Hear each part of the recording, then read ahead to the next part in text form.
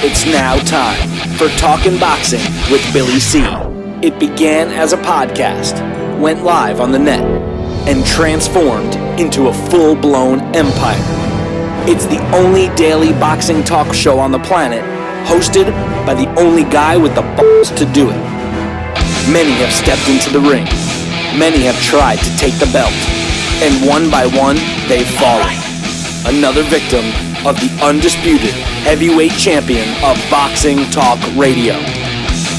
Talkin' Boxing with Billy C is on now. My style is impetuous, my defense is impregnable, and I'm just ferocious. I want your heart.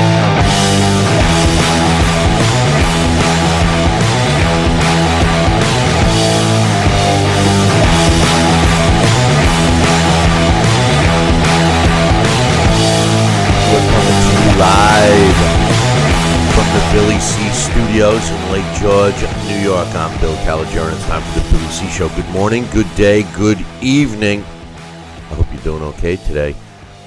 Today's show is being brought to us in part by Sal's Neighborhood Pizzeria and Italian Restaurant located on beautiful St. Simon's Island in Georgia. Check out the website, www.salsneighborhoodpizzeria.com. Or give my man a call, 912-268-2328. That's 912-268-2328. Find out why I go all the way to St. Simon's to get an authentic Italian meal. Today's show is also being brought to us in part by my book, Tom Mono, From Bondage. Here it is, right here. It's right here. Tom Mono, From Bondage to Baddest Man on the Planet, is available right now where all good books are sold.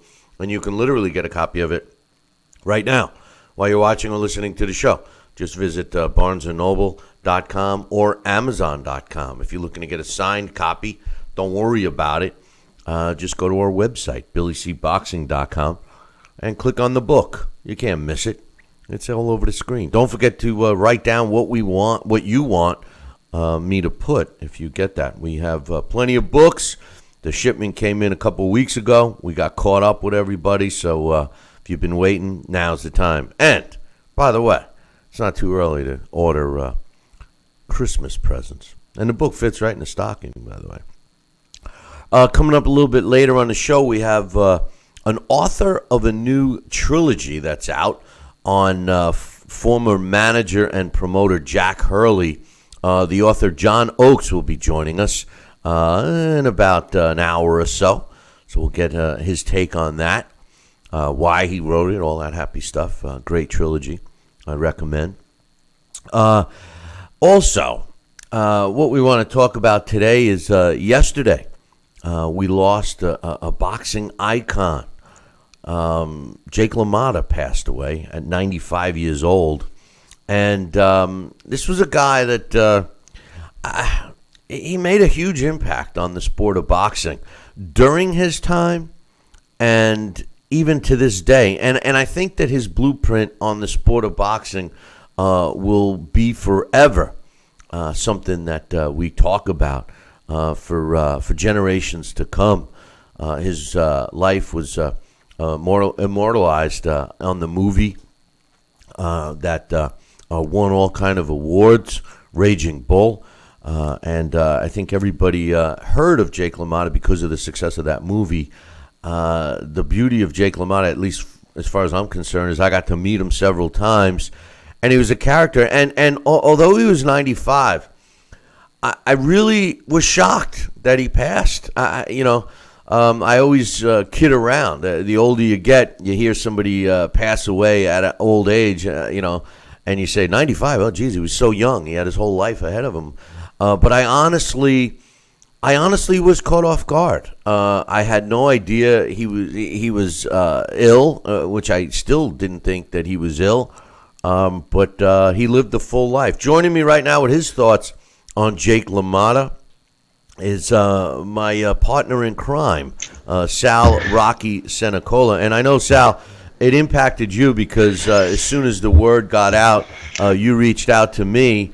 And Jake LaMotta was a character in and out of the ring. What's your thoughts on him? Well, he was a very special, very unique guy. And, He was a neighborhood young man and marched to his own drum beat, really. I mean, the movie did portray a lot of what his life was about. And I had numerous meetings with Jake, but one of the first times that I met him, and it was stellar. My good friend, our good friend, and he should have been my manager, but that's another story for another day. Al Certo, who was the tailor from Secaucus, New Jersey, who managed Buddy McGirt, multiple fighters, inherited Customados fighters, and things like this.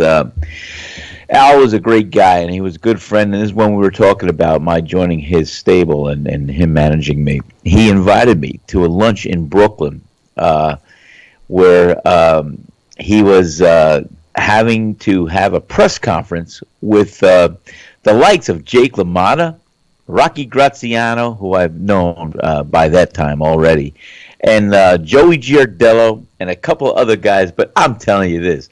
He invited me, along with another newscaster from the tri-state area, and I spent 4 hours in the afternoon at this restaurant interacting and just listening to Jake LaMotta, Rocky Graziano, and Joey Giardello. In fact, there was one point that these guys, the stories that they would try to compete and tell and best each other in, it was just such an entertaining. I felt, wow, I'm amongst the legends, boxing legends, people that I was sitting with, that gave me the inspiration to become a fighter, it was like so surreal. It was great. And Al Certa would chime in every once in a while and say, guys, listening to the three of you talk amongst yourselves is like listening to, I need an interpreter. It's so funny. But Jake he was a high-spirited guy. He was a no-nonsense business guy. He took the fight game serious. He was a warrior. He had heart. He had passion. And he felt he could go in the ring and destroy anybody, but he was never afraid to stand in the ring with the very best of the best, because that's what he felt he was capable of doing. He walked in the ring. How many times did he fight Sugar Ray Robinson? 6 times? 6 times. And he beat him maybe 1 out of those 6 times. But this guy, he just had the heart of a lion, the desire to win, to be champ, to be the best, and he didn't care who he fought, when he fought him. And this is what boxing, this is what he personified. This is what the whole legend of what the essence of pure fighting and boxing was all about. To challenge oneself, to rise to the occasion, to get in there under all circumstances. This was during an era where, if you have a bad haircut today, they'll cancel a fight. This is during an era when you go into the ring, you were injured from sparring, from the other fight, you fought every couple of weeks, every month, whatever the heck, and you didn't care. You went in there because you needed the money, you wanted to move up through the rankings, you knew to stay busy, and that's how it was done, and you were ready to put your blood on that canvas in order to have a victory. And that's the kind of champion, that's the kind of fire, that's the kind of what it took to rise to the occasion and gave boxing its legacy today. Jake LaMotta was born Giacobbe LaMotta in 1922, July 10th, 1922. Died yesterday at the age of 95. When you take a look at Jake LaMotta's career, he started boxing in 1941, and similar to today, he moved up in the ranks, with the right opponents. I mean, this guy had a big following. He fought during an era where they utilized, rivalries and town versus town, city versus city, Italians against the Irish or the Jews against the Italians. I mean, that's how fights were built, and Jake LaMotta made his start during that era. His first big fight against a known quality fighter was in 1942, May 12th, 1942, against Jose Basora, and he got his first draw, first of 4 in that fight. Would go on to fight a couple of more fights, including a rematch with Basora in which he lost. And then all of a sudden, in 1942, later on, I mean, this is how often they fought. That first fight I told you in the draw was May of 42. 5 months later, and he had 6 fights. So his 7th fight in 5 months. Who does he step in the ring with? None other than Sugar Ray Robinson, and loses the first of, like Sal alluded to, 6 fights in which he loses a decision. He would go on to get wins against Fritzy Zivik, Jose Basura, Tommy Bell. He had Holman Williams, Tony Gennaro, Tommy Yarowitz, Robert Villanewman, Marcel Cerdan when he won the title in 1949. Tiberio Mitri. He had a loss against Billy Fox and also Lloyd Marshall, Hall of Famers. He fought Sugar Ray Robinson 6 times. Sugar Ray Robinson, regarded, at least in my opinion, as the greatest fighter of all time. Fought him 6 times. The first time in 1942, like I said, he lost. He won the second fight, which took place in 1943, handing Sugar Ray Robinson his very first loss of his career. Right. He would go on and fight him again that year and lose in a couple of weeks later on February 26th. He fought him twice in 1945, losing both times, and then his last time was depicted in the movie Raging Bull in 1951, where he could not knock, when Sugar Ray Robinson couldn't knock him off his feet. The referee did wave off the fight, and he did lose by a stoppage, but it was a TKO stoppage against Sugar Ray Robinson. He fought all the way until 1954. His last fight, like I said, with Sugar Ray Robinson was 1951. He beat, in 1950, he beat Tiberio Mitri, which was a meaningful fight. And his last big fight was against Bob Murphy in 1952.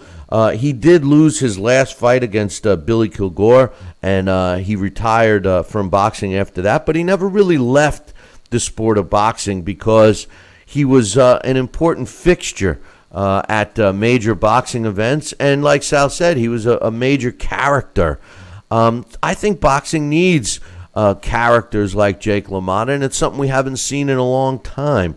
What's your thoughts on that, Sal? I mean, how would a Jake LaMotta, with his attitude, his personality, his style of fighting, how would it fare today? And do you think, like myself, that we need characters like that in boxing so fans can relate to them in one way or another? Or has that style of life just left us entirely? The playing field and the canvas of where we are in the fight game today is in such contrast. I mean, even in the 70s and 80s, we had some boxing personalities, and that's what grabbed the fans.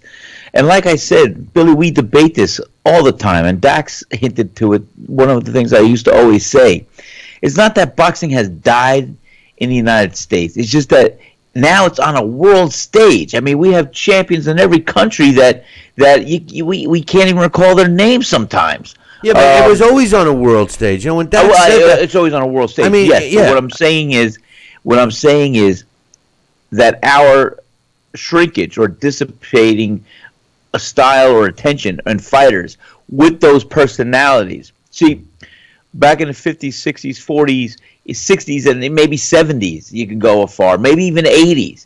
You had fighters that were champions, that had a story, that had a personality, that had something that wasn't just getting in trouble, going to jail, and beating up a woman or something like that. It wasn't negative. There was some things that they were gripping and they were adding to their persona as far as not only being a fighter, but they were being a humanitarian or just a big personality with a joke or with something to say. Look at what we did with Muhammad Ali. Anything that was said or anything that he did, it was in the forefront of the news because everybody wanted to see what he had to say or what he was doing or what he was involved with. Well, that's what happened back with the Rocky Graziano days, the Jake LaMotta days, the Sugar Ray Robinson days. These guys were personalities that were identifiable throughout the world.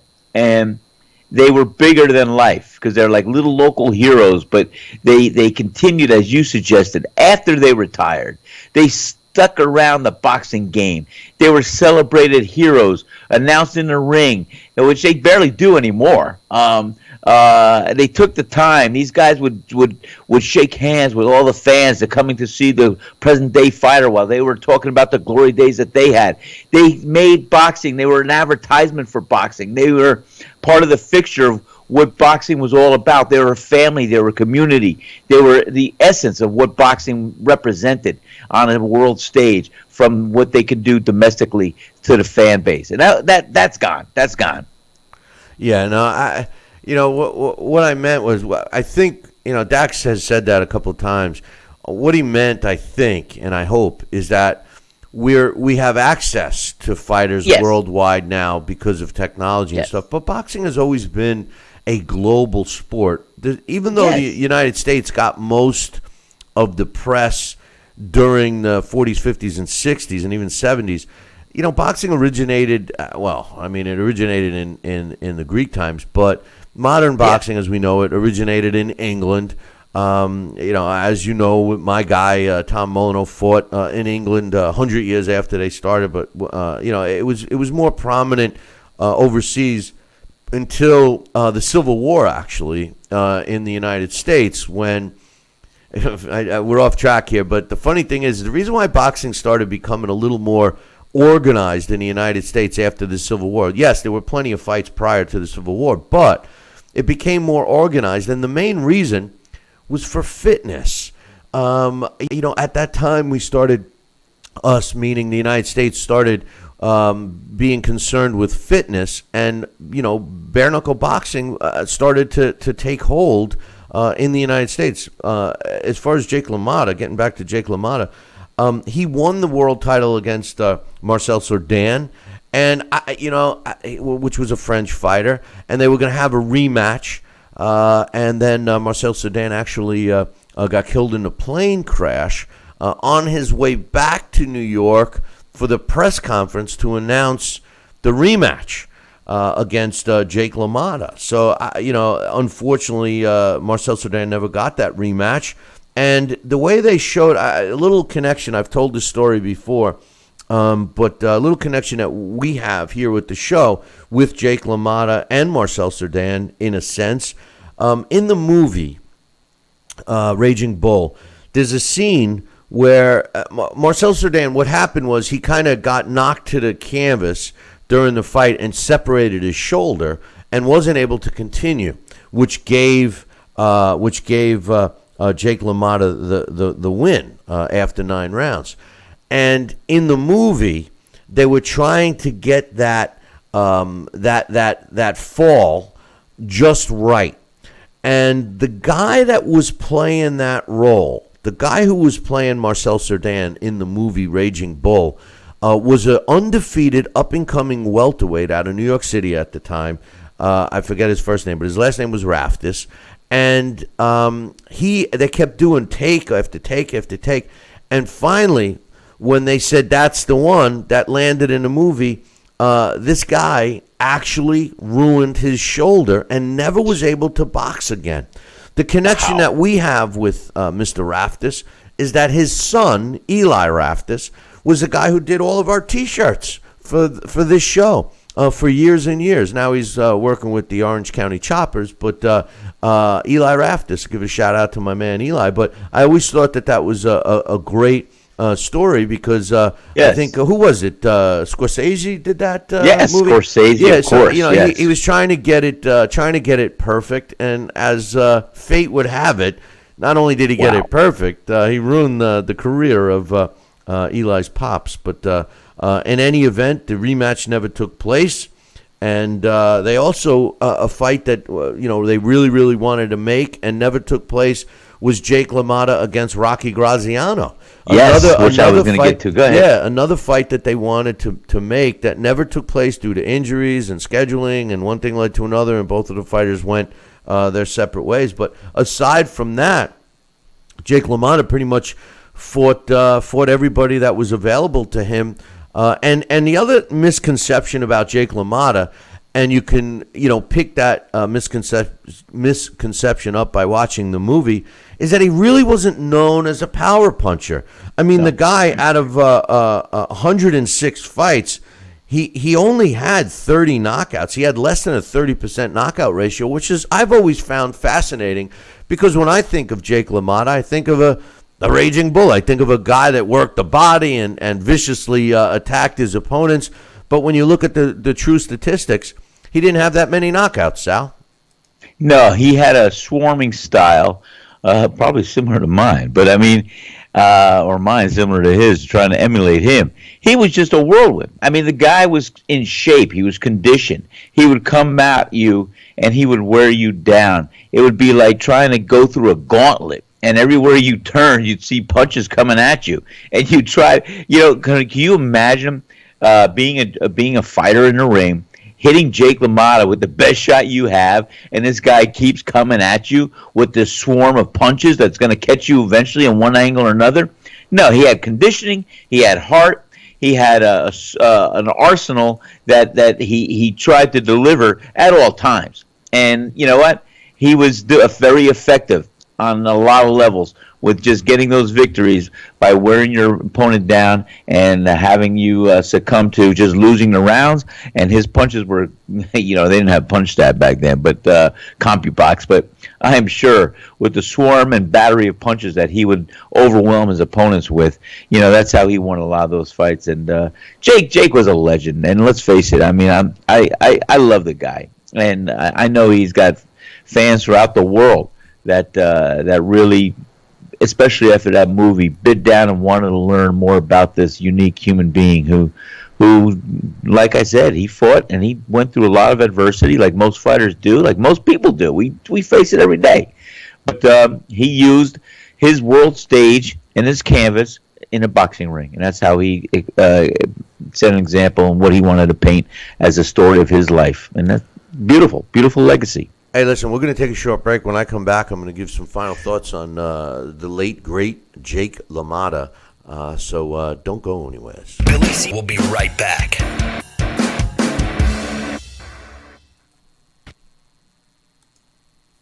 If you're over the age of 50 and considering buying an annuity in the next 60 days, I have some important news for you. Don't buy an annuity until you understand the pros and cons of annuities. A free book to help you maximize your retirement income from television host and three-time author Josh Melberg has been released. This book reveals little-known truths about annuity strategies in simple-to-understand terms. Grab a pen right now, because we are about to offer you this free book that unlocks the 5 little-known secrets we believe baby boomers and seniors should know before buying an annuity. Call 800-493-9652 now, and you'll receive a free copy of Josh Melberg's book, Next Gen Annuity Strategies Revealed. As a bonus, we'll also send you the #1 mistakes retirees are making with their investments today, and a free DVD on how you can get up to 33% more income in retirement. Call 800-493-9652 to have your free information kit rushed to your door. Again, that's 800-493-9652. This is important news for women using birth control medications and devices. If you or a loved one have been diagnosed with a pseudotumor after using one of these birth control drugs or devices, you may be eligible for a cash award and medical expenses. Contact the law firm of Davis & Crump right now if you or a loved one have used one of these birth control medications or devices and were diagnosed with a pseudotumor to see if you are eligible for a cash award and medical expenses. Call now. Operators are standing by.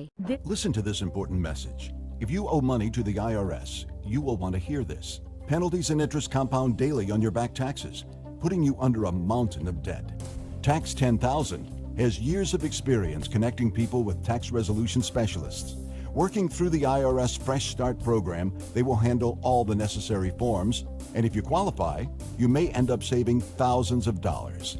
Call Tax 10,000 at 800-773-4604.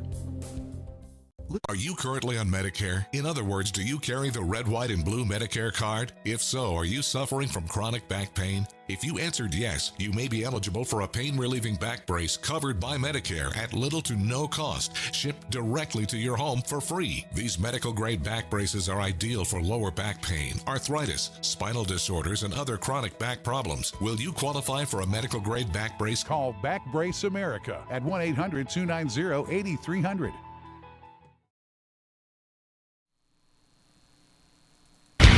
Check out BillyCBoxing.com now, or feel the wrath of the mighty mustache. Oh, that hurts. Why are you doing that to my face? I hate you. That's BillyCBoxing.com. Consider this your warning. Now back to Billy C. Interact with the show at BillyCBoxing.com.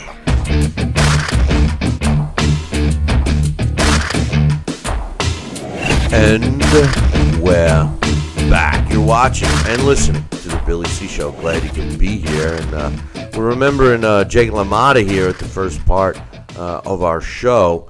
Coming up in a little bit, we have the author scheduled to join us, John Oakes, of a new trilogy written about the late promoter who had a really long career as a manager and promoter, Jack Hurley. So stay tuned for that.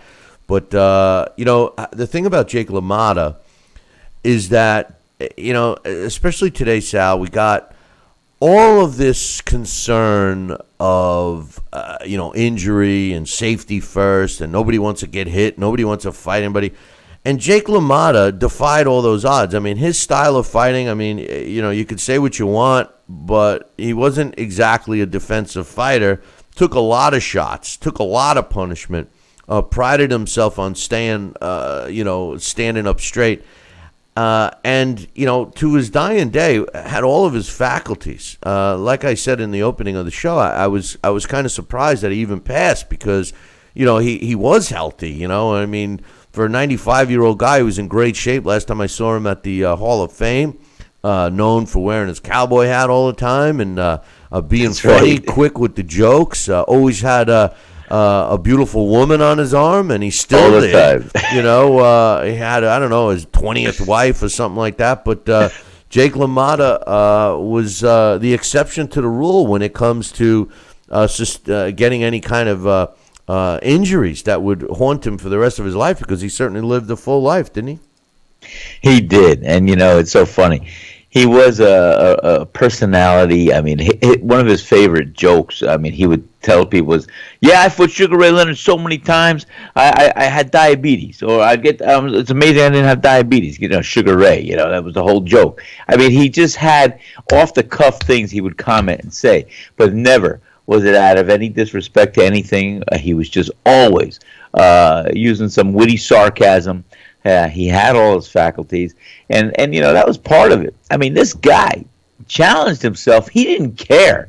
There was no safety first with Jake. It was either, hey, you're going to have to kill me to beat me, or I'm going to beat you. That's it. And he went in with that attitude. Was he always 100% when he stepped in the ring? No. These guys fought every couple of weeks when they were in their era. And, they had injuries here, they had injuries there. It didn't stop them. They wanted to just hone in and do their craft and give the fans what they wanted, but they wanted to move up and leverage themselves because they wanted the money, they wanted the fame, they wanted the titles. And that's what they fought for. They didn't care whose record was this. They weren't worried about their O. They were worried about giving it their all and their best to be the best, and that's what they did. And that was Jake. That's true. Great put greatly, I should say. I was stumbling around the words. Jake slapping me around. But as you said, Billy, here's a guy. He didn't worry about injuries. He didn't worry about what was going to happen 30 years or 20 years from him when he retired.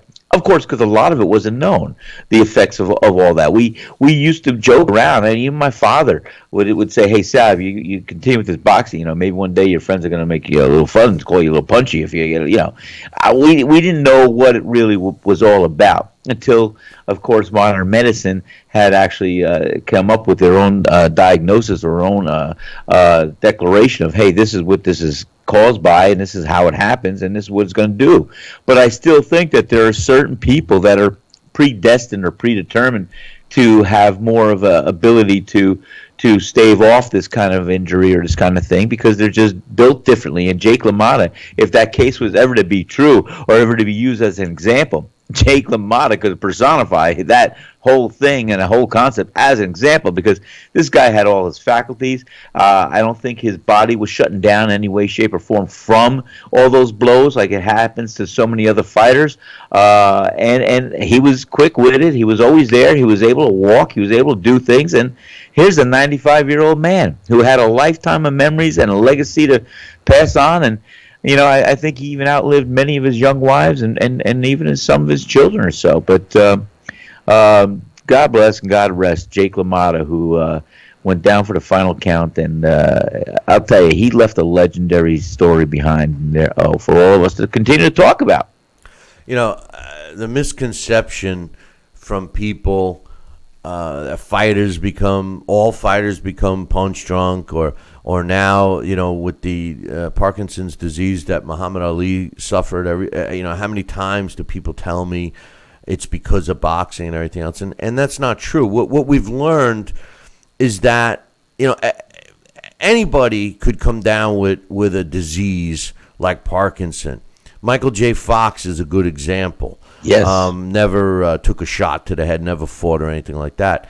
What they do know is that in cases like Muhammad Ali, that blows to the head, unnecessary blows to the head, and it could have been a football player or another contact type sport, would speed up the possibility of getting that. So in other words, if you were going to get Parkinson's disease anyway, and if you chose to become a professional fighter, it might expedite that disease for you, and that's kind of what some studies have suggested about Muhammad Ali. Well, Jake LaMotta, with the shots that he took, I think is the other side of the evidence that it's not always true, and it boils down to the genes, and Jake LaMotta certainly was the exception to that rule, and never changed his style. In or out of the ring. I mean, we're talking here in the chat room, and the truth of the matter is Jake LaMotta had a little nasty side to him too. Yes, he did. He did. I didn't mention that. And sometimes, he didn't want to give fans an autograph or the time of day, and sometimes he did. It wasn't because it wasn't that he was, against the sport. It was just that was his personality. Everybody knows.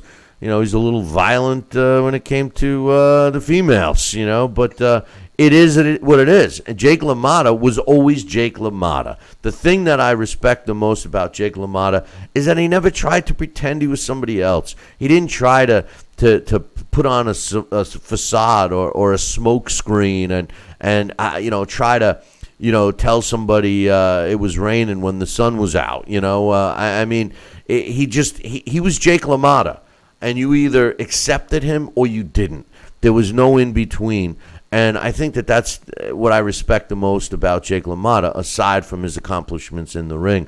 Like I said in the opening, Jake LaMotta had a personality that was bigger than life. And it was important to the sport of boxing. And we don't have it anymore. We don't have, not only don't we have Jake LaMotta, but we don't have those personalities anymore. Jake LaMotta was a genuine guy. You saw what you got. Even when he was involved in the hearings and everything else, he was still Jake LaMotta. Today in press conferences or prelim for promotion of a fight or whatever, you hear these fighters, I'm going to do this, I'm going to do that, and they're acting, because that's what they're doing. They're acting. They're trying to be something they're not.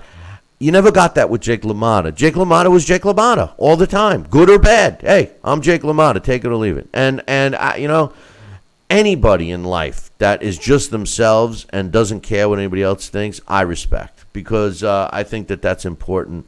And the one thing I wish that we did have today in the sport of boxing is more characters and personalities, genuine characters, genuine personalities. That we don't have anymore. Jake LaMotta wasn't the only one during his era. There were a lot of them, and the sport misses it. And I'm certainly going to miss Jake LaMotta. And like I said, Sal, I was shocked to hear it. even though he's 95. I mean, I was kidding before. I said 95. Oh, geez, he had his whole life in front of him.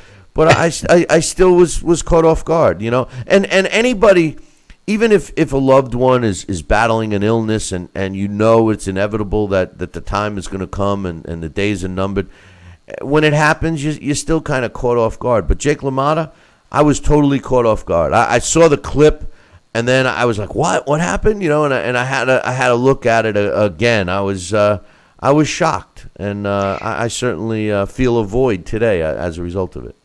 Yeah, and you know, it stunned me because, like I said, I was just catching up watching Fox News, and a flash came across, and I immediately sent you that text, and you know, I was like, wow, because as you suggested, you take for granted, I guess, you know, he was a figure that was always around. I have a picture of him and I, and a couple of pictures of that luncheon I talked about with Al Certo and Rocky Graziano and Joey Giardello and a couple of other guys, and in fact, along with the Syrian Buzzsaw, who was preparing for a rematch with Marvin Hagler, we were all standing there, and we all took for granted, because I would say, hey, there's a picture of Jake, there's this, that, and everything else, and we would talk about Jake all the time. And it was like a common, you know, thing that we would talk about Graziano, Jake LaMotta, because these guys had that kind of legacy that people would remember, people would talk about. So when it actually came across yesterday, I was like, oh, wow, he's really gone.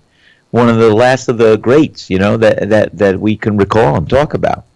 And that's exactly how it hit me. Yeah, no, it's he'll sorely be missed, and boxing lost a cherished piece of history, and I hope the younger generations don't forget him. Jake LaMotta died yesterday at 95 years old. He had a career record of 83 wins, 30 of them coming by knockout. He did lose 19 times, in which he was only technically stopped 4 times.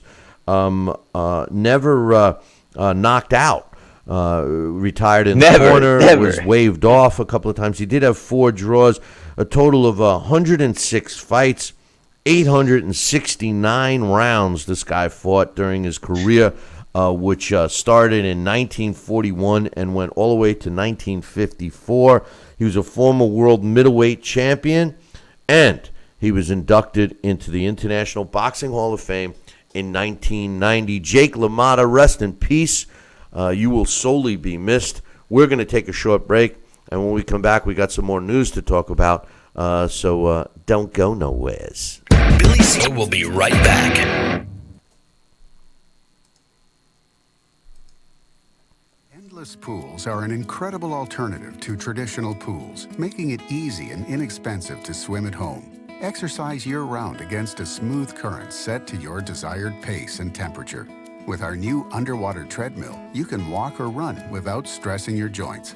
Endless pools are simple to install and even simpler to maintain.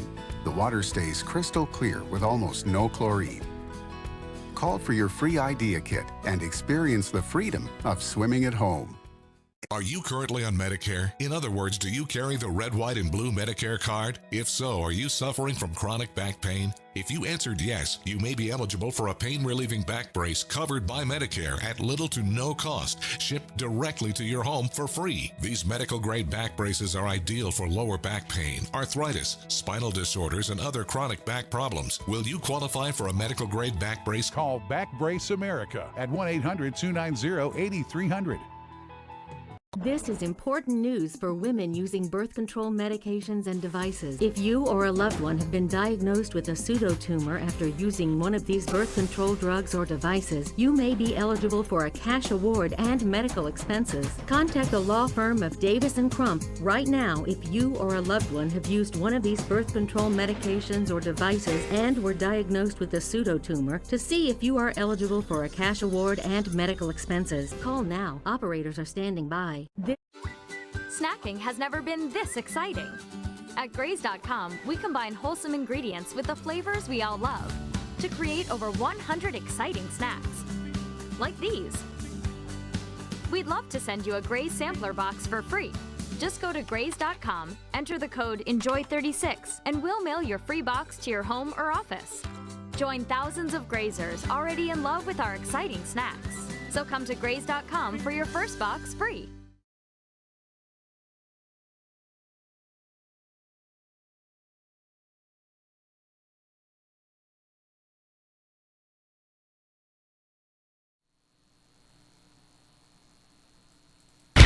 Check out BillyCBoxing.com now, or feel the wrath of the mighty mustache. Oh, that hurts. Why are you doing that to my face? I hate you. That's BillyCBoxing.com. Consider this your warning. Now back to Billy C. Interact with the show at BillyCBoxing.com.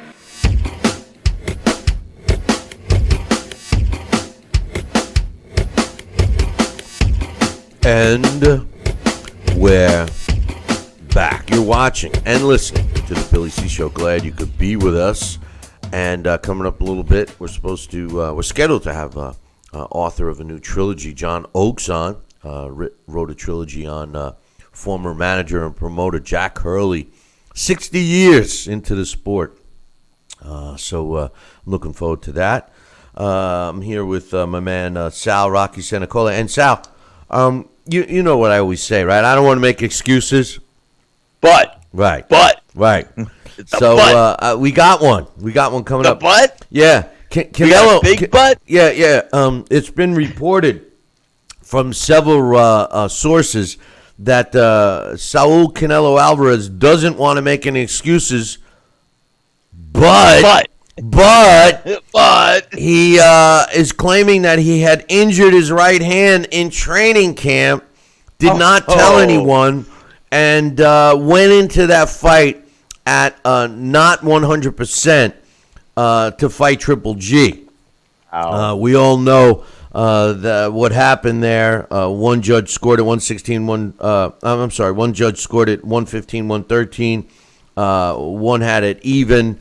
And then we had the Adley Bird card of 118, 110, which caused all kinds of outrage.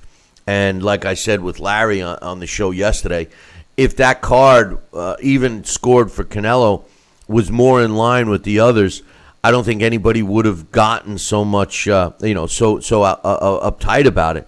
But for me to hear documentation now, written documentation that Canelo suffered an injury to his right hand, and as a result went with the glove brand winning gloves instead of his preferred brand, which he usually uses the Everlast MX series. And the reason he claims he went with winning gloves was because that particular manufacturer has more padding in the glove. He wanted more protection on his hand. And most people did notice that he was using those gloves.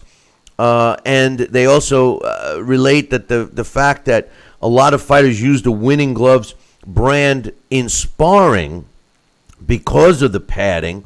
And it did raise some eyebrows that he wore them in the ring. But the truth of the matter is I find it hard to believe, Sal.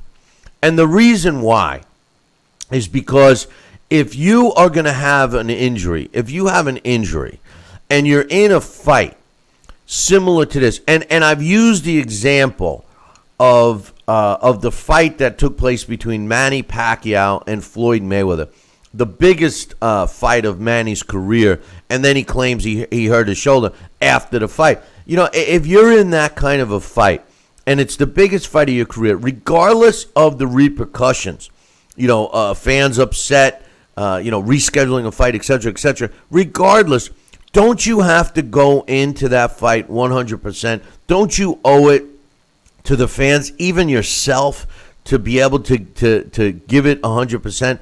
Or is this just total bullshit? Is this just a case where the guy is having a hard time accepting that he didn't win? I mean, what's your thoughts on this report? Billy, I'll tell you, and I could just recall and relate how many times I went in a ring not 100% because I had an injured hand, because I had a sore knee or a shin splint or whatever it was. And you couldn't cancel a fight for things like that unless it was a broken hand, unless it was this. And you know what? I didn't look for the butt. I didn't look for this. And yes, even though I would watch what I'm going to say, because this is what a fighter does. They may not enter the ring at all times 100%. But when they enter the ring, even at 90%, they're going to give their 100%. And I think that if this was the case, and if he had a hand injury, depending on the severity of it, I mean, there's all levels of hand injuries. I mean, there's where it's throbbing and you hit, you can't even use it. I think if it was along that line, or it was a bone spur or anything else, or just a bone bruise, there is something you can't just say, hey, guess what, I'm going to go through this fight. No, because it is throbbing, it hurts, and there is a level of what you can only get done with an injured hand. I don't think it was as severe for Canelo Alvarez to enter a ring like that, because I think he would have mentioned it earlier if it was. But being preventive and trying to look for another pair of gloves, it's like when I fought that guy Dixon down in Tennessee. I had an injured hand. When they tried to give me soaking wet 12-ounce gloves, I knew that soaking wet 12-ounce glove was at least going to cushion my hand, and I couldn't believe it. They said they had no other gloves. I said, well, let me get the ones he's wearing, and he had 8-ounce, beautiful, brand new gloves. I mean, these were storm burners, and these are the things you're in the middle of the ring getting gloved up. What are you going to do? I said, the hell with it. I got an injured hand anyway. I'll use the 12-ounce. And then when I didn't knock him out, I didn't say but it was a condition. The fight game is interesting because you're faced with so many different things at so many different levels. If he knew that he had a severe injury to his hand, it was going to damper or hamper his performance, yeah, he should have made a comment, or he should have made it known. The truth of the matter is that but after the fact, if it was that bad, he should have just shut up and not even let anybody know there was a but, and that was it. The thing is, nobody likes injuries. We talk about it on this show. We talk about, is it a real injury? Is it not? But on the other side of the coin, I really think that, boxing fans want to see a fighter at their best, especially in fights of this magnitude, and it is what it is. Triple G won the fight. The rematch, if it takes place, is going to happen in May. I don't like that. If I'm Triple G's team, I want that fight sooner. They've already accepted it. The deal, I guess, most of it was already in place. Now they're just deciding if Canelo wants it. I think that Triple G's team wants it signed, sealed, and delivered ASAP.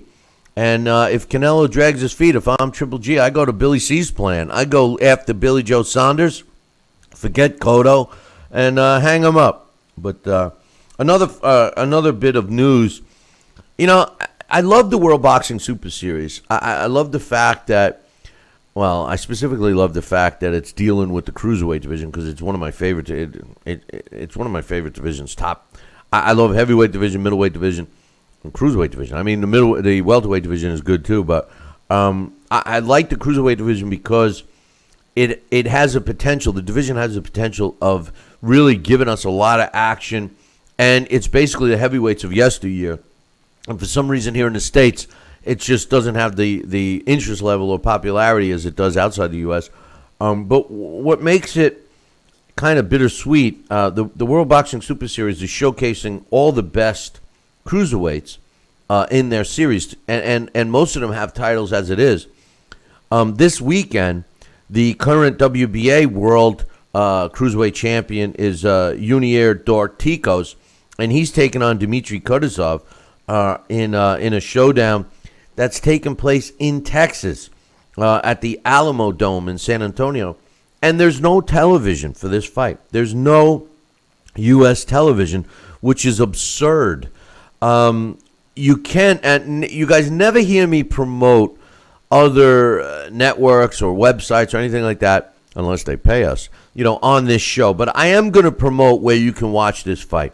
You can watch this fight as a stream on worldboxingsuperseries.com. Now, I don't know if they're charging for it or not, but this is a TV-worthy fight 100%, and I recommend that you watch it.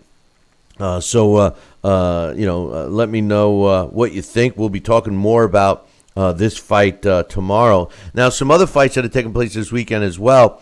WBO World Champions Oscar Valdez and Gilberto Ramirez are going to be fighting this weekend on HBO.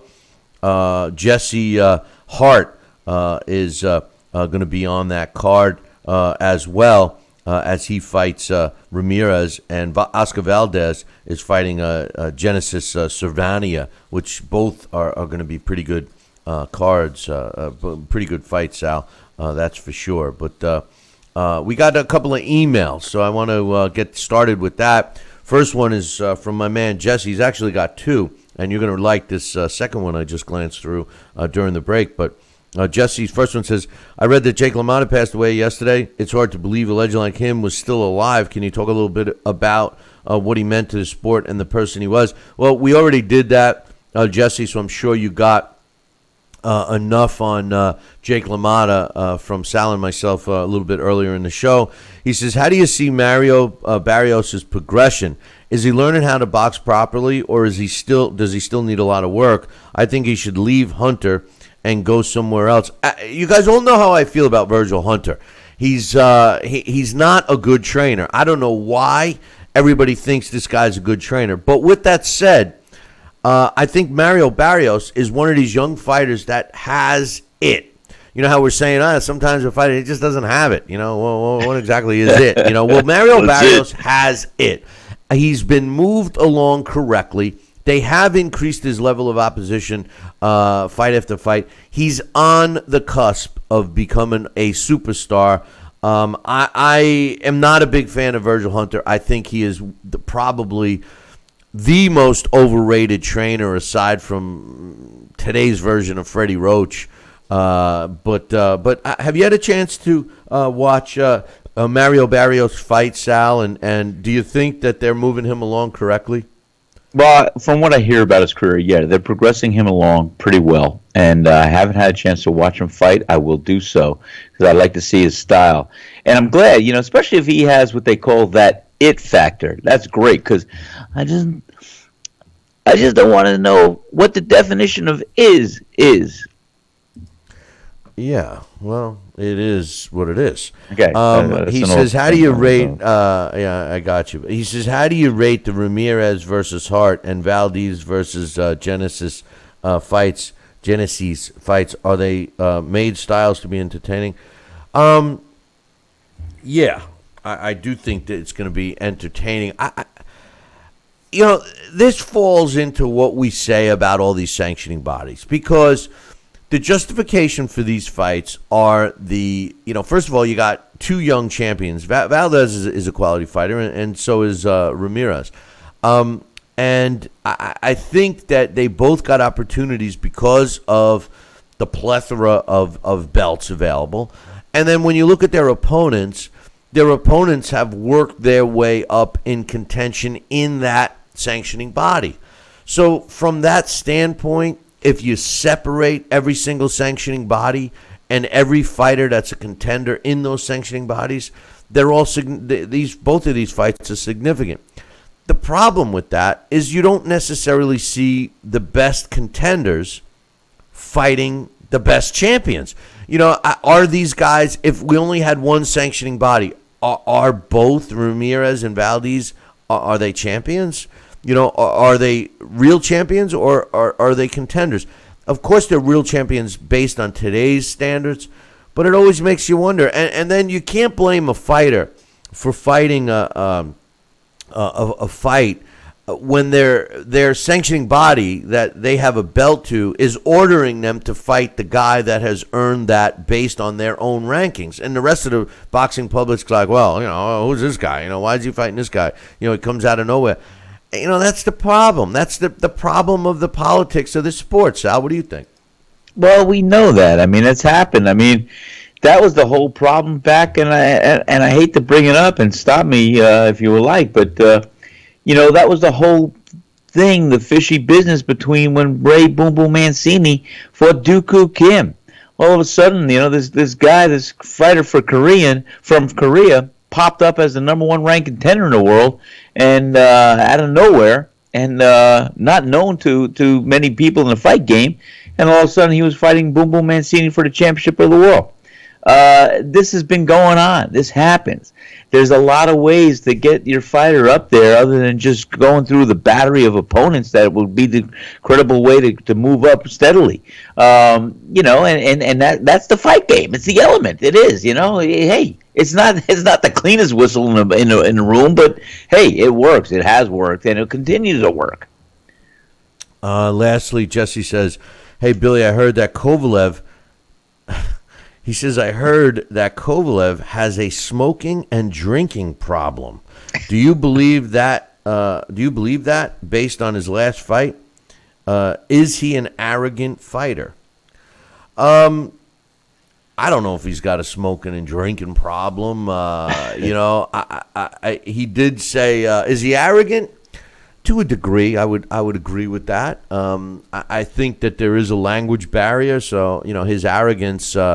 Isn't arrogant like Ward. Andre Ward, to me, is an arrogant SOB.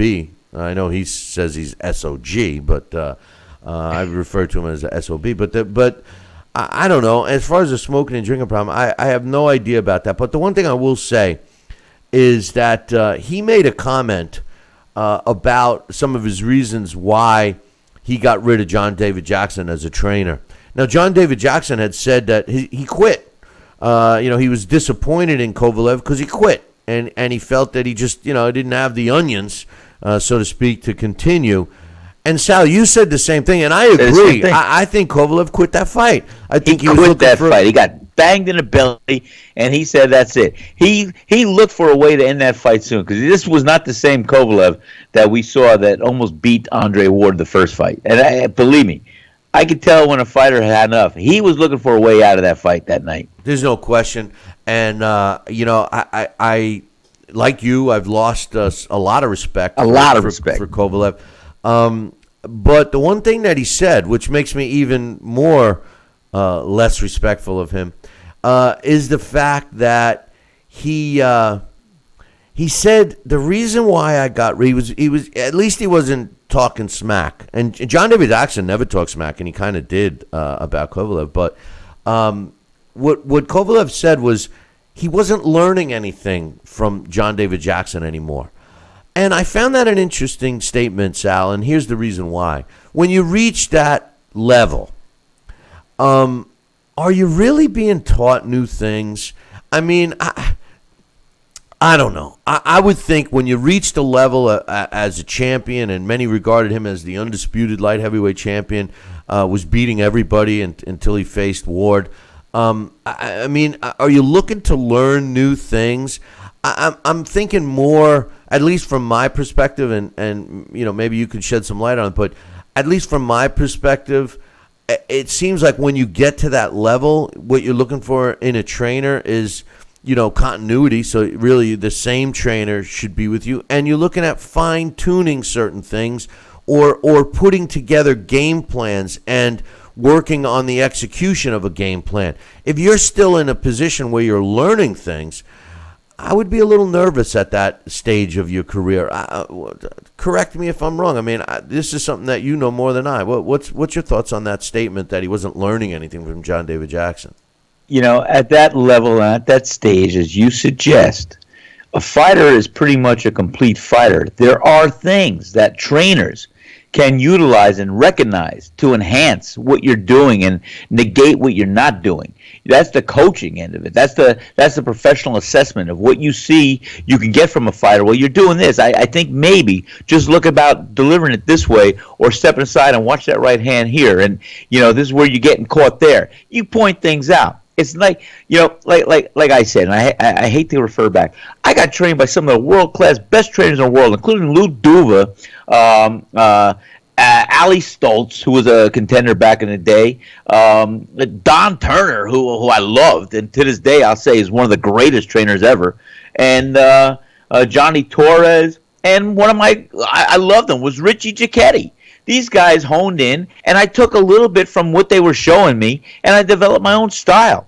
And if I was with one of those guys, they would just utilize, and a good trainer will say, hey, they'll enhance this, they'll recognize what you need to work on and everything else. But at that stage, you cultivate, you have evolved as your own style. They'll look at what your handicap might be, or what you're maybe doing that's giving you more of an opportunity that you're missing. But they're not gonna. You're fused. You're fused as a fighter. They're just gonna help you recognize things that can enhance your ability to further negate some punches and also to deliver your own. You know, Coach just put it very well in the chat room up on BillyCBoxing.com. He says, trainers should be like mechanics. Only fix what's broken. Forget about the wash and wax. And you know what? I agree with that. That's good. Great statement, Coach. You're 100% right. And that's what trainers usually do. A good trainer at that stage, at that level. Yeah. One last email here I want to read. We have a couple more emails, but one last email I want to read before we take a break and get John Oakes on, the new author of the book I've been talking about, trilogy of books I was talking about. This one's also from Jesse, and he sent me a video on the opinions of boxing former world champion and boxing Hall of Famer Carlos Palomino, and it was a really cool little clip. He says, Billy, can you watch this video? What Carlos Palomino says, that boxers shouldn't get tired, I agree with. Today they shouldn't, but they do because they don't fight enough and train correctly. If top boxers fight about 6 times a year, that equivalent to a football player's punishment in 1 year? You know, it all depends on how many hits they take. But what Carlos Palomino said, and by the way, the guy was working out and hitting a bag. He's talking to the guy interviewing him. And he's hitting the bag. He's not even looking at it, you know. And it was great. He was going up and down bag, that, you know, the double-sided speed bag that he was hitting, or training bag that he was hitting. And he said the biggest thing that tires fighters out today, Sal, is when they miss a punch. And, you know, I was thinking about that, and I said to myself, yeah, that's right. And that falls into play with exactly what we've been talking about for several years on this show, that we don't have good trainers, teachers. We have rah-rah men. So if a fighter's not being taught correctly, and to throw a punch, land the punch, so you throw the punch when you know you're going to land it, you're going to miss more often. And if you're going to miss more often, you're going to get tired faster, regardless of the preparation that you make, prior to how many rounds you fight, how many miles you run, et cetera, et cetera. What do you think about Carlos Palomino's opinion that a fighter actually gets tired faster when they miss punches? Well, the only way I could validate or see that being one of the reasons, I think there's a multitude of reasons why a fighter might get tired faster, is just because they're not training properly. But you're going to miss a shot. You're going to miss punches. And you're going to have to double up your punch count to land a punch. So, you know, you miss one, you got to try 2 more times to land. So maybe it's the exertion of multiple punches. If you're not hitting one, your odds are what? 1 in 3. You got to throw 3 punches to hit one. Who knows? That's where you get tired. But, you know, if a fighter enters the ring of battle, conditioned to throw and to punch from bell to bell, which is possible. I mean, it's conditioning. You've got to do your road work. You've got to do your bag work. Your body remembers. You fight like you train like you fight. I mean, I'm old school, and let me tell you, you can look at any one of my fights. I punch belt to belt for a 10-round fight, or 3 rounds. Your conditioning. You do your sprints. You do your interval running. You do your distance running. You do your fartlek, which is like interval. You do what you can. You do the bag work. You do on the heavy bag. You punch in spurts. You do this. You do that. So missing a punch, I don't think is necessarily the cause of why fighters are fatigued today. I'm sorry, Carlos. I respect you. You're a world champ. You're great. It could be a contributory factor because, you know, now if you're going to have to win a fight or punch, if you miss 2 shots, you got to throw 4 more to try and average up your average of misses. So maybe that's what he meant by that. You're just throwing more punches to land. But still, you know what? There's a lot of reasons other than that reason alone of why fighters are not as well conditioned today. And what you always hint to, Bill, it's a lot because a lot of the fighters no longer remain in the game today. They don't pass down those secrets. They don't pass down those training tips. They don't pass down what made them great as much as they used to do in the 40s, 50s, 60s, and even 70s that we all benefited from. I think that, and Sal, I appreciate that. We're going to be taking a break, and we're going to be bringing on the author, so we're going to kick you to the curb for a few minutes and then get you back a little bit later. But Carlos Palomino, I agree with what he said. He also said that getting hit doesn't tire you out, which I found, kind of amazing. And, Coach brings up another point in the chat room. He says, what about body shots? And body shots definitely tire you out. But I kind of agree with him in a sense. I agree with Sal, of course, but I also agree with what Carlos was saying, because I've heard that before from trainers that say, if you miss a punch, it actually takes more energy out of you than when you connect. So I think he was just reiterating that. But anyway, listen, we're going to take a short break. When we come back, we're scheduled to have John Oakes join us. He's the author of a new trilogy of books about Jack Hurley, who was a manager and promoter in the sport of boxing for over 60 years. Great set of books that I recommend. So we're going to be getting the author on so he could tell us all about that. So we're going to kick Sal to the curb for a few minutes, and then we'll come back. We got some more emails to read, and we'll give you a little update on the fights that are scheduled, big fights that are scheduled for this weekend that we will be talking about tomorrow. So don't go nowhere. We will be back here in about, I don't know, I'm going to take a stab and say that we're going to be back in 2 minutes. So don't go nowhere. Billy C will be right back. Part of the Billy C Boxing Network. Listen to this important message. If you owe money to the IRS, you will want to hear this. Penalties and interest compound daily on your back taxes, putting you under a mountain of debt. Tax 10,000 has years of experience connecting people with tax resolution specialists. Working through the IRS Fresh Start program, they will handle all the necessary forms, and if you qualify, you may end up saving thousands of dollars. Call Tax 10,000 at 800-773-4604. If you or a loved one have had hernia repair surgery with mesh reinforcement and suffered infection, chronic pain, mesh migration, mesh failure, organ damage, or needed additional surgery, call the Rely On Group right now. You may be eligible to receive a cash award and compensation for your medical expenses. Your voice deserves to be heard. Call the Rely On Group to be connected with a personal injury attorney for a free consultation. Call 800-715-4869. That's 800-715-4869.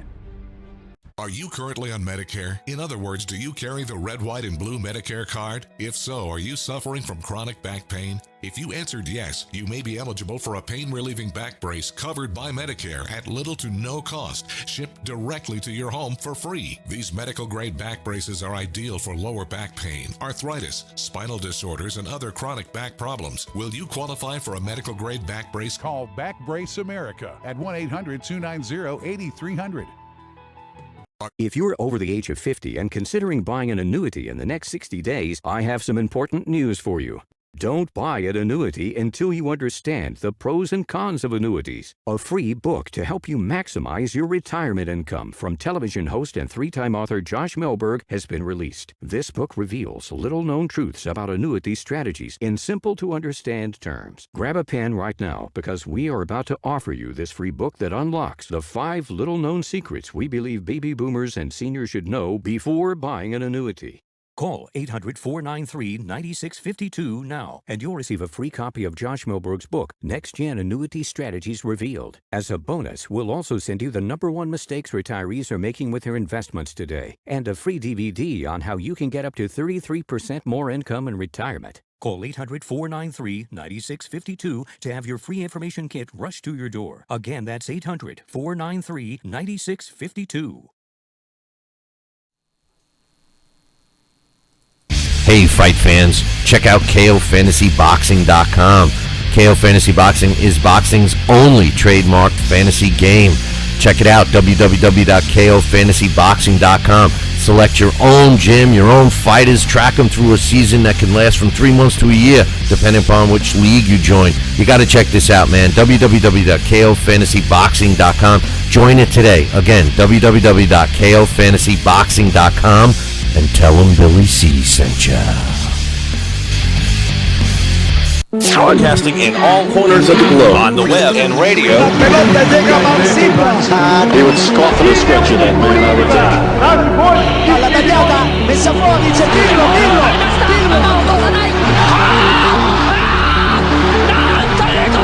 You're listening to Talkin' Boxing with Billy C. from upstate New York in the good old US of A. Boxing is here to stay because we are here to stay. The best 2 hours of boxing talk on the airwaves. The one, the only, Don King. Makes me feel good, Billy, to have you, the #1 show in the country, talking boxing with Billy. So I invite each and every American that's listening to this great show to tune in, because we want you to be there with Billy and me. Check out BillyCBoxing.com now, or feel the wrath of the mighty mustache. Oh, that hurts. Why are you doing that to my face? I hate you. That's BillyCBoxing.com. Consider this your warning. Now back to Billy C. Interact with the show at BillyCBoxing.com.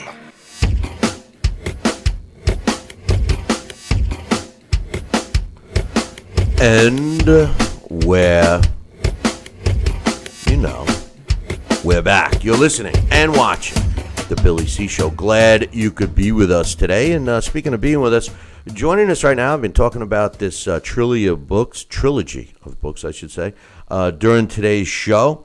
It's a 3-volume set on manager and promoter Jack Hurley. And joining us right now is the author of these 3 books, John Oakes. John, I appreciate you joining us today. Now, we don't have your video, John. We just got your photo. So, I mean, if you need to click something to get that. What can I do to make my video active, I wonder? Well, we won't worry about it if you don't have your camera turned on. No problem. People can still see your mug with the photo. But I appreciate you getting up early to join us today. I know it's real early in the morning out west.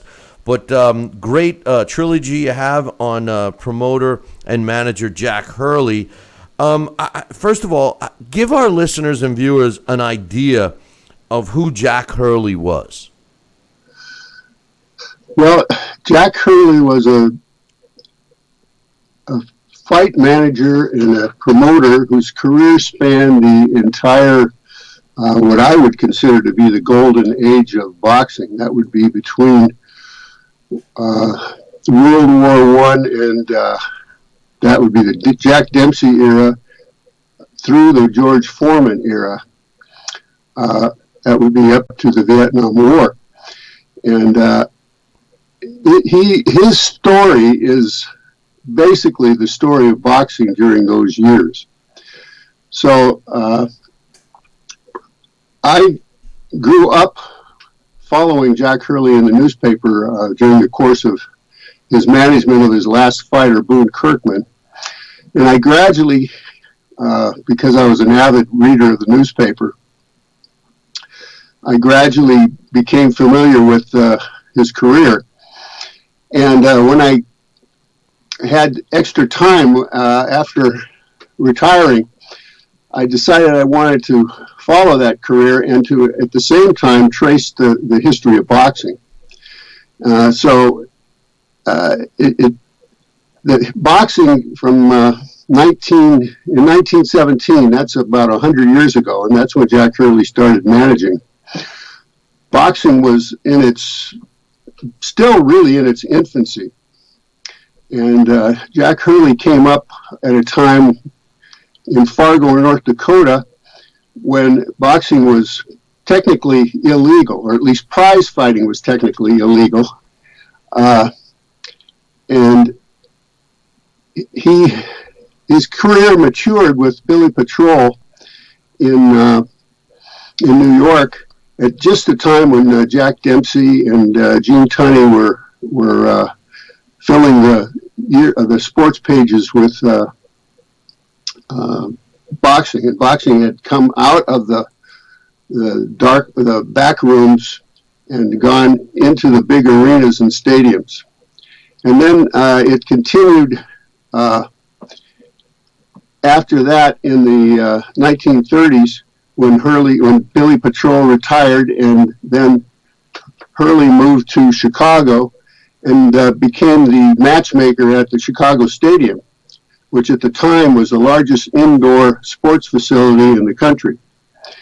And after television came in and the mob moved in and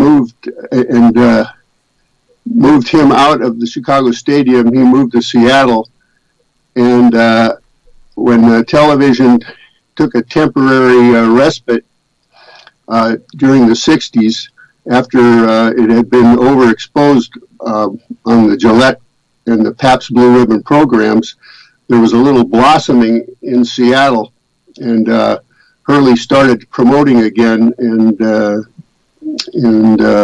that's when I came in and started to follow him in his promotion of Boone-Kirkman.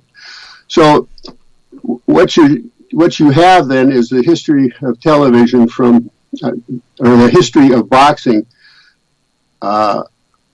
taking it from the period when it was just in the back rooms, and then to the period that it went to the big arenas where live boxing was the way that people saw fights, and then into the TV era. So he was involved in all of those eras. He in a sense, was involved in the sport for over 60 years, which is pretty impressive. One thing that stuck out for me is, you consider him, and not just you, but other people consider him the only honest promoter ever to be involved in the sport. Tell us about that. Well, the title of the book is The One is Jack Hurley, and that derives from Damon Runyon's famous quote, I know of only two honest managers in boxing. The one is Jack Hurley, and I can't remember the name of the other.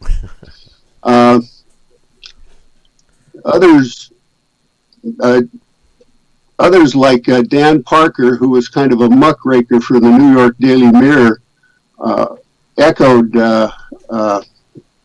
Runyon's quotes and said that most of the boxing managers he knew would steal candy from babies, but Hurley was something different.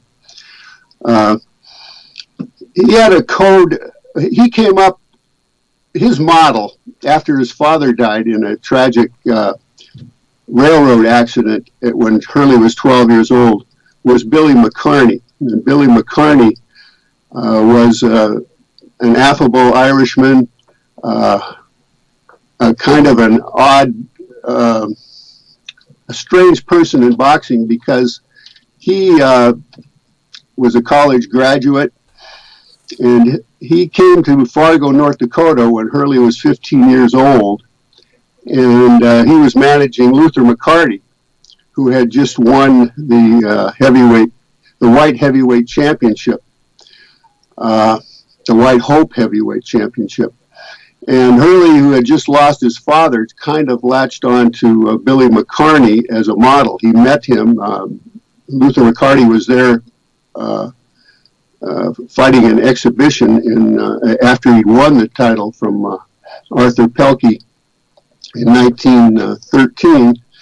And Hurley was introduced to McCarney there as a kid. He'd been hanging around the gyms in Fargo.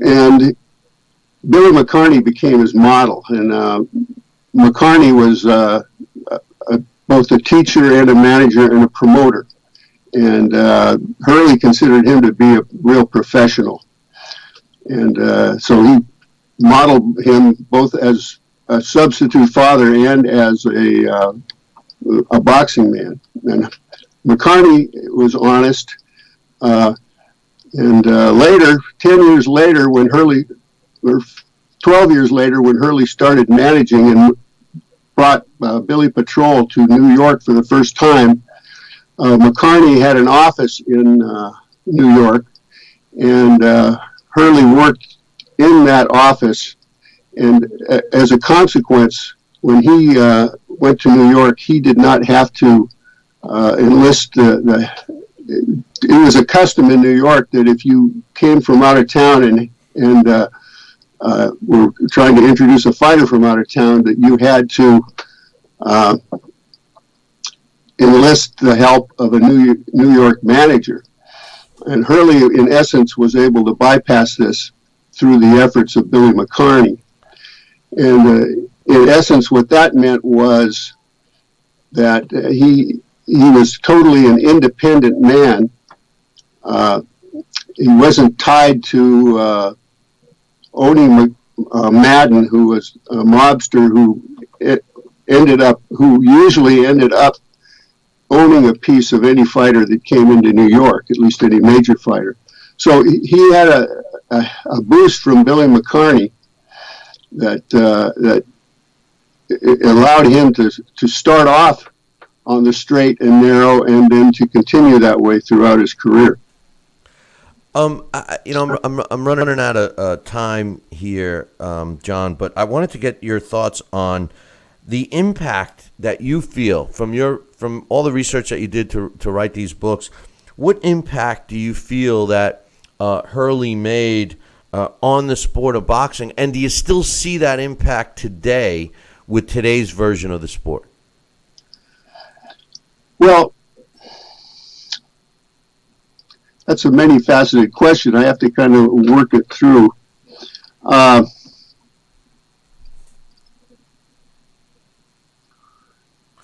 we can. You know what? Don't worry about that question, because I don't want you to lose too much time on that one. But I'm sorry. The other thing I wanted to say is, some of the things that you did when you laid out this book and wrote it was, one, you wrote the book for not only boxing fans. You wrote it also for a fan of history, and you tied boxing into that. Tell us why you did that, and how it would be beneficial for a reader that might not be a diehard boxing fan to read your trilogy. Well, I did it for the very reason that you said. I wanted people to learn about boxing, learn about history. When I started writing this project, I thought it was just going to be about Jack Hurley, but his career was so multifaceted. He was a boxing manager, a trainer, a promoter, and if I was going to tell the whole story, I had to go back and tell the story about each one of his promotions, and that leads into talking about each one of the fighters that were fighting his promotions, whether they were his fighter or the opposing fighters, and that led me to, if you're going to really understand what's happening in those promotions, you need to know what the economic concerns of the time are, because that's part of what a promoter faces. So it kind of grew from the seed of Jack Hurley's life and kept expanding and expanding and expanding, and pretty soon I'm talking about World War I and the Depression and World War II, and tying it into everything. So it kind of, I'm kind of a completist that goes way back into the beginning of things. I have interests in jazz music, and it's the same thing with that. It's just the way my personality is driven. So it was the seed of Jack Hurley and trying to tell the full story that kind of blossomed into telling the story of boxing in the United States and sports in the United States. Well, the era of live boxing, when the way a promoter made a living was filling seats, putting seat bottoms in the seats, and before television. So it was a wonderful era. I mean, if you were in a small town, the world just came to you. Barnstorming preachers, actors, vaudevillians, wrestlers, pool players, they all came to you. And so I wanted to tell that story of when boxing and all other sports when people went to see fights, they didn't push a button and watch television. They actually had to be there.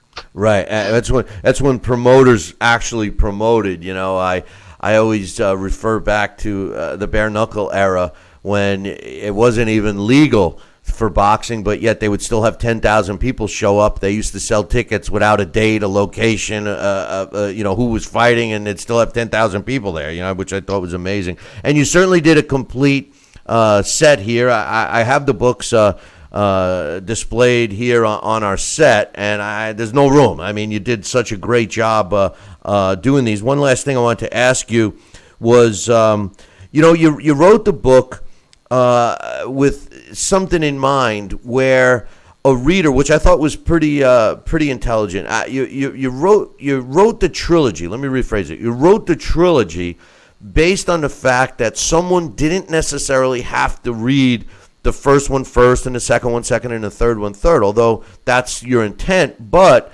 the way the books are written is somebody could pick up the second volume or even the third volume and get enough out of it. Tell us why you did that. Well, 3 books, 1,750 or 1,800 pages and almost 1,100 pictures. 3 books is a lot for a reader to digest. And so if I really expect the readers to be attracted to the area that they're interested in, the regional area that they're listed in. The first book covers Fargo and Duluth from a period of 1897 to 1927, and then also goes into New York until 1934. So it's mostly people that have an interest in the Midwest that would be interested in that. And then the second book covers Hurley's time in Chicago from 1934 to 1949. And then the final book is his time in Seattle from 1950 to 1972. So that I tried to break it down to make it manageable for a reader, and then if he was attracted by the part that he thought he was most interested in, he might then want to go and pick up the other 2 volumes. Plus, I also broke it up chapter by chapter and tried to make it so that a reader could treat each chapter as a short story. I have vignettes at the beginning, which are an intro to the chapter where oftentimes Hurley is talking, or else people who knew Hurley. And I always tried to end it with a little bit of an ending to top it off, rather than so that you could almost end it and then just pick it up later on, rather than just making it a continuous story where you had to read the whole thing. Well, it's certainly 100% complete. There's no question about that. Where can my viewers and listeners get all 3 books? Well, there's 2 versions of each volume from Amazon.com, and if you just call up the Amazon page and type in Oaks, O-C-H-S, and then Hurley, the 3 books come up first. And they're selling for the first volume is $39.95, the second volume is $29.95, and the third volume is $35.95 on Amazon, and that is as a soft cover. I am selling directly the 3 volumes as hard covers, and the cost would be $10 more than the Amazon cost. And you can reach me at my email, johntoaks@comcast.net. That's JOHNTOCHS@comcast.net. John, great job with the trilogy, and we wish you all the best with that. And keep us posted as time goes on, how you're doing with the books, and if you have any other projects that come our way. Okay, all right. Thank you much, Billy. Hey, it's been a pleasure. And I appreciate you again. I want to thank you for getting up so early. I know it's 3 hours earlier on the West Coast, and I certainly appreciate that, my man. Okay, thank you. All right, take care. That's John Oakes. Get yourself a copy. Like he said, you can go to Amazon and get it. Just search Hurley and Oakes. That's OCHS or OCHS and then Hurley. And pick up a copy. There's a great historical perspective of Jack Hurley. And when we say complete, as you can see, the camera shot here, it is complete. It fills up our whole set here. So definitely get yourself a copy. Now, I am going to take a short little break here. And when I come back, we got a couple of more emails to read. And we got the return of Sal Rocky Senecola. And he's probably still fuming over the Palomino thing. Maybe not. I don't know. We'll be back in 2. Billy C will be right back. Part of the Billy C Boxing Network.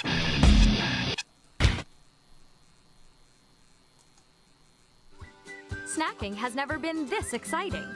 At Graze.com, we combine wholesome ingredients with the flavors we all love to create over 100 exciting snacks. Like these.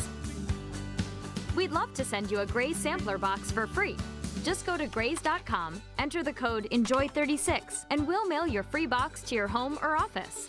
Join thousands of Grazers already in love with our exciting snacks. So come to Graze.com for your first box free. Are you currently on Medicare? In other words, do you carry the red, white, and blue Medicare card? If so, are you suffering from chronic back pain? If you answered yes, you may be eligible for a pain-relieving back brace covered by Medicare at little to no cost, shipped directly to your home for free. These medical-grade back braces are ideal for lower back pain, arthritis, spinal disorders, and other chronic back problems. Will you qualify for a medical-grade back brace? Call Back Brace America at 1-800-290-8300. Listen to this important message. If you owe money to the IRS, you will want to hear this. Penalties and interest compound daily on your back taxes, putting you under a mountain of debt. Tax 10,000 has years of experience connecting people with tax resolution specialists. Working through the IRS Fresh Start program, they will handle all the necessary forms, and if you qualify, you may end up saving thousands of dollars. Call Tax 10,000 at 800-773-4604. This is important news for women using birth control medications and devices. If you or a loved one have been diagnosed with a pseudotumor after using one of these birth control drugs or devices, you may be eligible for a cash award and medical expenses. Contact the law firm of Davis & Crump right now if you or a loved one have used one of these birth control medications or devices and were diagnosed with a pseudotumor to see if you are eligible for a cash award and medical expenses. Call now. Operators are standing by. Snacking has never been this exciting. At Graze.com, we combine wholesome ingredients with the flavors we all love to create over 100 exciting snacks. Like these. We'd love to send you a Graze sampler box for free. Just go to Graze.com, enter the code ENJOY36, and we'll mail your free box to your home or office. Join thousands of Grazers already in love with our exciting snacks. So come to Graze.com for your first box free. Are you currently on Medicare? In other words, do you carry the red, white, and blue Medicare card? If so, are you suffering from chronic back pain? If you answered yes, you may be eligible for a pain-relieving back brace covered by Medicare at little to no cost, shipped directly to your home for free. These medical-grade back braces are ideal for lower back pain, arthritis, spinal disorders, and other chronic back problems. Will you qualify for a medical-grade back brace? Call Back Brace America at 1-800-290-8300. Listen to this important message. If you owe money to the IRS, you will want to hear this. Penalties and interest compound daily on your back taxes, putting you under a mountain of debt. Tax 10,000 has years of experience connecting people with tax resolution specialists. Working through the IRS Fresh Start program, they will handle all the necessary forms, and if you qualify, you may end up saving thousands of dollars. Call Tax 10,000 at 800-773-4604. This is important news for women using birth control medications and devices. If you or a loved one have been diagnosed with a pseudotumor after using one of these birth control drugs or devices, you may be eligible for a cash award and medical expenses. Contact the law firm of Davis & Crump right now if you or a loved one have used one of these birth control medications or devices and were diagnosed with a pseudotumor to see if you are eligible for a cash award and medical expenses. Call now. Operators are standing by. Snacking has never been this exciting. At Graze.com, we combine wholesome ingredients with the flavors we all love to create over 100 exciting snacks. Like these. We'd love to send you a Graze sampler box for free. Just go to Graze.com, enter the code ENJOY36, and we'll mail your free box to your home or office. Join thousands of Grazers already in love with our exciting snacks. So come to Graze.com for your first box free. Are you currently on Medicare? In other words, do you carry the red, white, and blue Medicare card? If so, are you suffering from chronic back pain? If you answered yes, you may be eligible for a pain-relieving back brace covered by Medicare at little to no cost, shipped directly to your home for free. These medical-grade back braces are ideal for lower back pain, arthritis, spinal disorders, and other chronic back problems. Will you qualify for a medical-grade back brace? Call Back Brace America at 1-800-290-8300. Listen to this important message. If you owe money to the IRS, you will want to hear. Check out BillyCBoxing.com now, or feel the wrath of the mighty mustache. Oh, that hurts! Why are you doing that to my face? I hate you. That's BillyCBoxing.com. Consider this your warning. Now back to Billy C. Interact with the show at BillyCBoxing.com.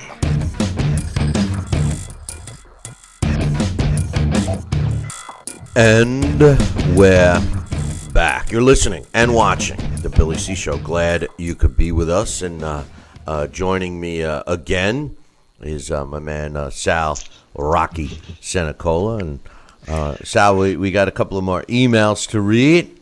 Let's see. Yeah, we got two more. This one's from my man Joel. He says, I know it's been discussed enough, but I wanted to give my 2 cents on Saturday night's scoring debacle. I strongly feel that Nevada and Golden Boy, whoever oversees the political boxing, wanted and expected Canelo to win. I strongly feel, too, that if Canelo had won, let's say a 9-3, a 8-4, or even a 7-5 fight, the judges would have absolutely scored it correctly. I just think that the politics of boxing didn't want Canelo to have another L on his record simply because he's a megastar in the sport, and another loss would have potentially hurt his career, at least I think. I said to my friend Saturday night who was overwatching that even if Triple G convincingly wins, expect some wacky scoring, and that's exactly what happened. Yeah, some rounds were close. I won't deny that, but it also seems no one expected a 35-year-old who fought a close fight with Danny Jacobs was going to do as well as he did. I do feel Triple G doesn't need to do a rematch, as you said, and we all know who won. Again, this is my opinion, but curious on you and Sal's thoughts about what I said. I think that the powers, I agree. I think that the powers that be wanted Canelo, but... And yes, we had a wacky score. We all talked about it. But, it is what it is because the close fight, basically what happened with Adelie Bird's scorecard is that any close round or a round that she even thought was close, she leaned towards Canelo and ultimately ended up with that scorecard. To say that I agree with. But to say that if Canelo had, won the fight 9-3, 8-4, 7-5, just remember that the scorecards are, handed in after each round. So if they're going to give, the only way that a fight could be, end up the way this one did, is that if a judge takes and any close round gives it to one guy, or even if it's not that close, gives it to that other guy. Because every round they're handed in the card. It's not like they can go back and change something around. So I think in this case, she clearly was favoring Canelo no matter what he did. And the end result is what we got. I mean, can you add anything to that?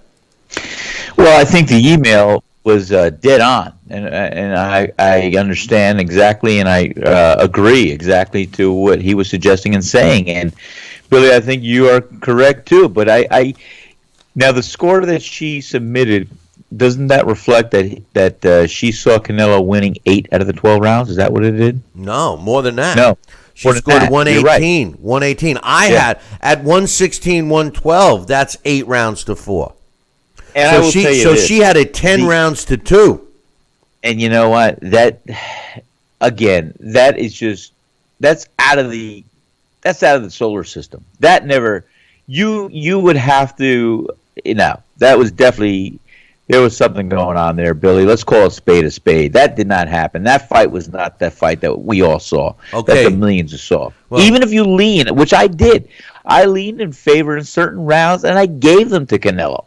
And I still had the 116 to 112, whatever it might have been. There were a lot of close rounds. I mean, but at the end of the night, when you're sitting there ready to take the pencil to paper and score the round, and it was a close round, at least for me, what determines that round?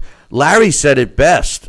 He said, if you have one fighter that landed a couple of hard shots, and then the other fighter is landing jab after jab and a little less hard shots, but he's landing jab after jab, and he's controlling the action, that fighter has to get the nod. I mean, that's the way I score. That's the way you score. That's the way Larry scores. That's the way Harold Letterman scored.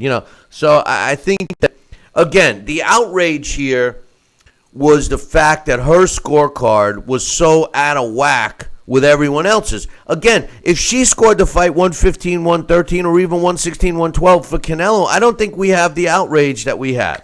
So anyway, we got another email. This one's from my man Bill. And he says, hey, Billy C., I was just catching up on the latest going-ons in the Huey Fury camp prior to his fight with Joseph Parker this weekend when I noticed another article on the same page. This is what it said. William Monroe Jr. is taking legal action after he was punched and kicked by Billy Joe Saunders' son, Stevie, who's 7 years old, at Friday's weigh-in for the WBO middleweight championship. He said, if I'm not compensated for being punched and kicked by Saunders' son, I'm going to sue. I carry myself in a dignified manner, and they have been malicious to me and my team. He says, Bill says, I don't know if you saw it or not, Billy, but it was at one of the fight promotions, and Billy Joe Saunders' tiny little son, and he really was just a tiny kid, ran over towards Monroe and sort of punched him and kicked him. I don't even think he hardly made contact, and it certainly couldn't have hurt Monroe. Anyway, as you see, he's threatened to sue Saunders unless he gets compensated with lots of money. I guess he didn't get paid enough for the fight. What a baby. And it's from my man Willie. I did see. I saw the footage and everything. And I didn't see it. I would have loved to see it. He kicked him in the onions, man. He kicked him right where in the soft spot, and he runs up. And, you can look at it two different ways.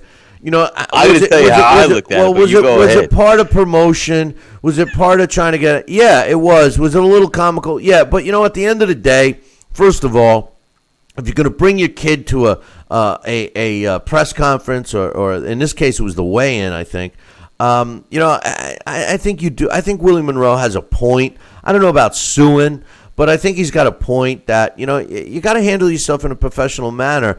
And the truth of the matter is that a lot of these press conferences and or weigh-ins, they get to be such smokescreen BS that, it's like WWE. Coach has said it many, many times over the years in the chat room. Boxing is like WWE. When are they going to take and start, breaking chairs over each other's heads? I mean, I agree. I hate to say it. And, and I'm certainly not saying he deserves money, but I agree with Willie Monroe. I think that Billy Joe Saunders' son should not have been allowed to get that close to Willie Monroe. I'm sorry. I agree to a sense that it was a little much BS. Well, I agree too, Bill. I mean, this kid had no business doing what he did. If he had the parental guidance, he would have had the proper manners to know you don't do those kind of things. And, if I was going to bring my son to a weigh-in, to a press conference, and how old was this kid, Bill? 7. 7. Okay, 7. You have at least the wherewithal to understand the difference between right or wrong, good or bad to a degree. And you know how you say, "Hey, son, I'll bring you to this event, to this weigh-in. You're here to support Daddy, but you got to listen. You got to stay right by me. You can't do anything or say anything right now. We're just doing." You give some coaching to your son, whatever it is. You don't say, "Hey, go over there, kick him in the yang yang or whatever," and be a little terror that you are. Yeah. And you don't do that, Bill. The kid should have never been there. No. This is grown-up business. I know. Well, this is why we wonder why nobody takes it serious anymore. When you got that. Yeah. I know. You know what? Yeah. I think there should be an official apology from Saunders' camp, and he should go over there and offer, "Hey, look, I'm really sorry, and maybe we thought we were going to sell more tickets or whatever it was. My son wants to also apologize. I'm sorry." Yeah, and he went to apologize. He didn't mean to kick you in the nuts. He meant to kick you in the knee. Sorry. Sorry. Yeah. I mean, that's how kids apologize nowadays. I got my 2 boys too. They don't say, "I'm very sorry." No, they go like this. Sorry. Billy Joe Saunders would say, "Hey, son, go over there and tell Willie you're sorry." And he would go over, "Hey, Willie, I'm sorry." Hey, it's like, "Hey, say good night, Irene. Good night, Irene." But anyway, you're right. A couple of fights this weekend on HBO. Oscar Valdez against Genesis Serrana for the WBO featherweight title that Valdez has. We will. That's actually on. I misspoke before. I said it was on HBO. It's actually on ESPN. So I was wrong about that. And also on that card, Zurdo Ramirez against Jesse Hart in the super middleweight division. Also for a title, Ramirez's WBO super middleweight title. We'll be talking about these 2 fights tomorrow. Also, what's available on pay-per-view through the internet is Joseph Parker and Huey Fury. I believe YouTube pay-per-view will offer that one. That's Saturday at 3 p.m. Eastern Time. And then also on Saturday on HBO, we have the Jorge Linares fight against Luke Campbell. And, no offense to Jorge Linares or Luke Campbell, HBO is missing a boat, man. They're missing some decent fights. I mean, I'm not saying that won't be a competitive fight, but that's certainly not. Yes, it's a title fight. It's for the WBA lightweight title, but it's certainly not what I've become used to seeing on HBO when it comes to the matchups. Forget the titles. I think it's less than stellar matchup. What's your quick thoughts? Yeah, I agree. Like I said, to have a weak card presented to the public is not attractive. That's why it's not a pay-per-view. It's the same thing we said. They should be a little smarter when they align fights, when they make these fights, and they want to make them a showcase fight. How do you do that? Like I said earlier, when you go see a big mega main event fight like we saw last weekend with Canelo Alvarez and Triple G, well, everyone's going for that fight. It doesn't matter what the undercard is to a degree. But how had they thought about it and said, "Hey, we want to put more horsepower or more juice into this card.